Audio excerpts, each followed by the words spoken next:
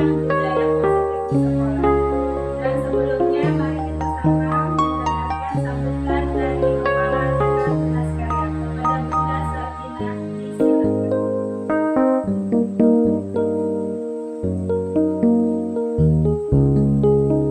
Baik, terima kasih. Assalamualaikum warahmatullahi wabarakatuh. Waalaikumsalam warahmatullahi wabarakatuh. Semangat pagi Bunda semuanya. Semangat pagi. Alhamdulillah. Di situ kita panjatkan kehadirat Allah Subhanahu wa taala. Di siang hari ini kita semua dalam keadaan sehat walafiat. Kita dapat melaksanakan kegiatan pada hari ini yaitu mengenai yang kita dari CGP angkatan ke-10 yaitu dari Bunda Cece yang nanti akan menyampaikan mengenai pemahaman dan penerapan sensibilisasi budaya positif ya BPK Tunas Karya. Salam dan salam selalu kita ajarkan kepada Bunda kita Nabi Muhammad SAW. Allahumma sholli ala sayyidina Muhammad wa ala alihi. Baiklah Bunda-bunda semuanya, hari ini kita akan mendapatkan ilmu Bunda. Jadi di sini kita akan lagi mendengarkan mengenai budaya positif yang akan kita laksanakan di Dekan Tunas Karya ini akan disampaikan oleh CGP kita yaitu Bunda Cece Mariza. Nah, untuk itu dengan sangat-sangat gembira kami menyambut ilmu yang akan diberikan oleh Bunda Cece dan nanti tentunya akan dapat kita terapkan di sekolah dan di kelas masing-masing nanti bisa ilmu yang diberikan oleh Bunda Cece bermanfaat bagi kita semua. Nah, untuk itu mari kita dengarkan bersama apa-apa yang akan disampaikan oleh Bunda Cece. Mudah-mudahan ini yang akan lebih tertib lagi dalam melaksanakan tata tertib ya dan di kelas kita sehingga kalau kelas lebih tentram mungkin ya kan lebih suasananya juga terjaga. Inilah nanti ilmu yang akan terima kasih kepada Bunda Cece. Kami nantikan ilmu-ilmu selanjutnya. Itu terima kasih sekali lagi Bunda Cece. Assalamualaikum warahmatullahi wabarakatuh. Waalaikumsalam warahmatullahi wabarakatuh. Terima kasih kepada Bunda Sar yang telah memberi kesempatan.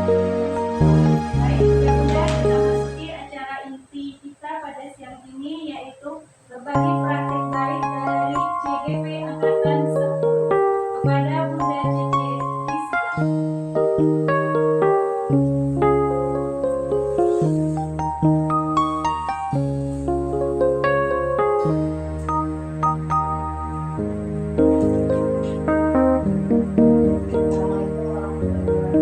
Waalaikumsalam warahmatullahi wabarakatuh.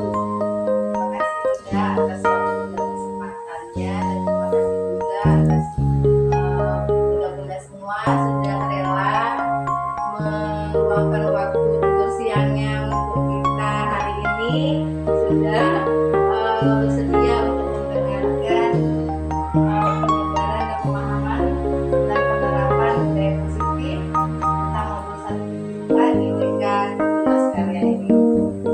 Baik Bunda, di sini saya cuma ingin bukan menggurui Bunda, tepatnya kita sharing yang budaya positif ini pada dasarnya kita sudah lakukan di sekolah. Cuman kami dari CGP Angkatan 10 ada dapat ilmu lebih di bidang ini dan saya berkeinginan berkewajiban untuk berbagi kepada bunda-bunda di sini. Baik Bunda, yang pertama kita masuk ke tujuan pendidikan. Tujuan pendidikan itu menurut filosofi Ki Hajar Dewantara adalah menjelaskan tujuan pendidikan menuntun segala kodrat yang ada pada anak agar mereka dapat mencapai keselamatan dan kebahagiaan yang setinggi-tingginya, baik sebagai manusia maupun sebagai anggota masyarakat. Dalam konsep ini, pendidik hanya dapat menuntun anak untuk tumbuh atau hidupnya kekuatan kodrat yang ada pada anak agar dapat memperbaiki lakunya dan dasarnya, hidup dan tumbuhnya kekuatan-kekuatan anak. Proses menuntun dapat dilakukan dengan menerapkan dari sentra pendidikan yaitu Ingarso Sang Tulodo, Ingmadya Mangunkarso serta Tuguri Handayani. Nah, di sini budaya positif itu adalah nilai-nilai atau keyakinan dan kebiasaan di sekolah yang berpihak kepada murid.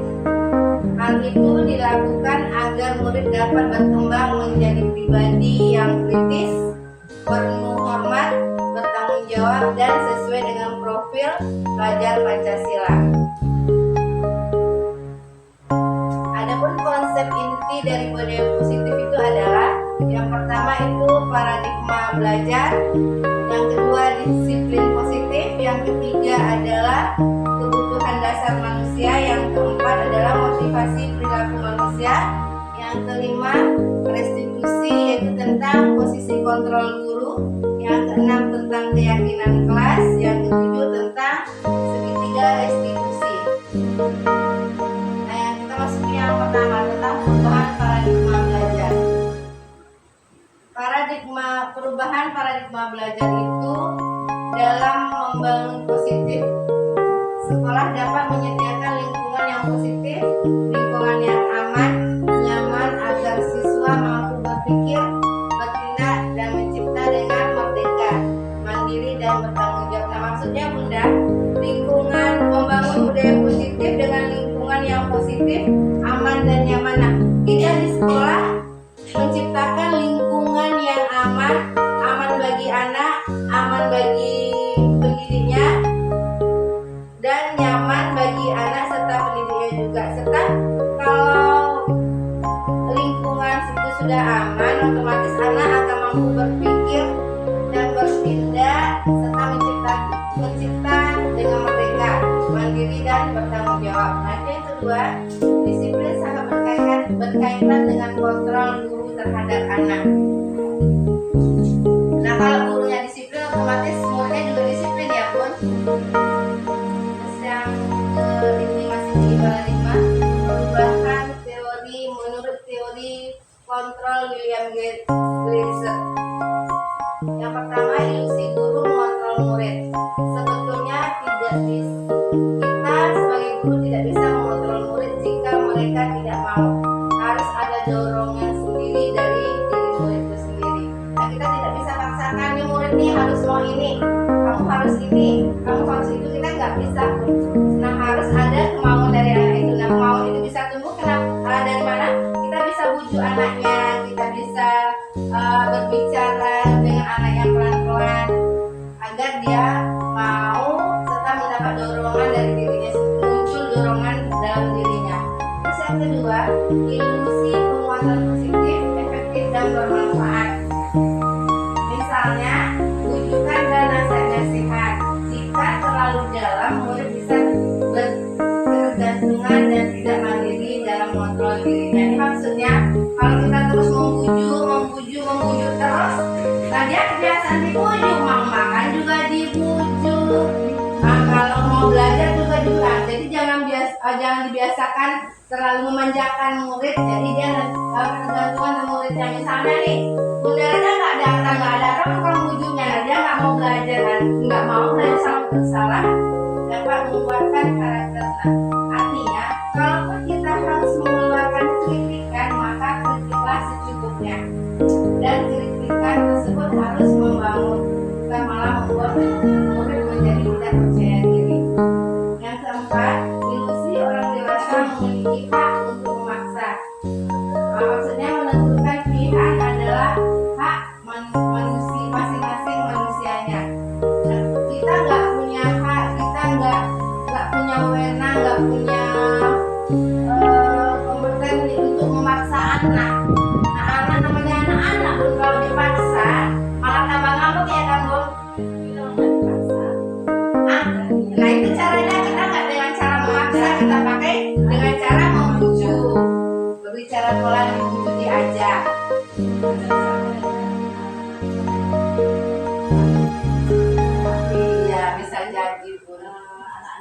mau suka-suka. Iya. Jadi dia lebih keras daripada kita ya Bu ya.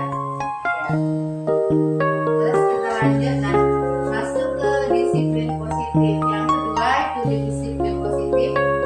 Apakah makna disiplin? Apa Bun? Ada yang tahu disiplin itu apa Bun? Tertib. Disiplin itu tertib. Apa lagi Bun?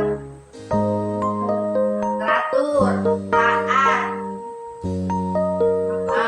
patuh, tepat waktu, nurut. Patuh kenapa nurut?